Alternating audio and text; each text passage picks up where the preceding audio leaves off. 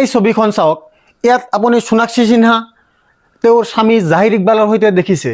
সোণাক্ষী সিনহা যি দাবাঙৰ এগৰাকী অভিনেত্ৰীও আছিল, তেওঁ শত্ৰুঘ্ন সিনহাৰ জীয়ৰী। এতিয়া আপুনি ভাবিব পাৰে মই আপোনাক এই ছবিখন কিয় দেখুৱাই আছোঁ। আটাইতকৈ ডাঙৰ প্ৰশ্নটো হ'ল, আপুনি এই ছবিখন দেখিলে আপোনাৰ কোনো লেতেৰা চিন্তা মনত আহে নেকি? আপুনি এই বিষয়ে অশ্লীল মন্তব্য দিব নেকি? কিন্তু এই দেশত কিছুমান স্বঘোষিত ৰাষ্ট্ৰীয় কবি আছে, যিসকলে এই সন্দৰ্ভত অশ্লীল আৰু অশালীন মন্তব্য কৰিব পাৰে। আৰু সেই মানুহজন স্বঘোষিত ৰাষ্ট্ৰীয় কবি কুমাৰ বিশ্বাসৰ বাহিৰে আন কোনো নহয়।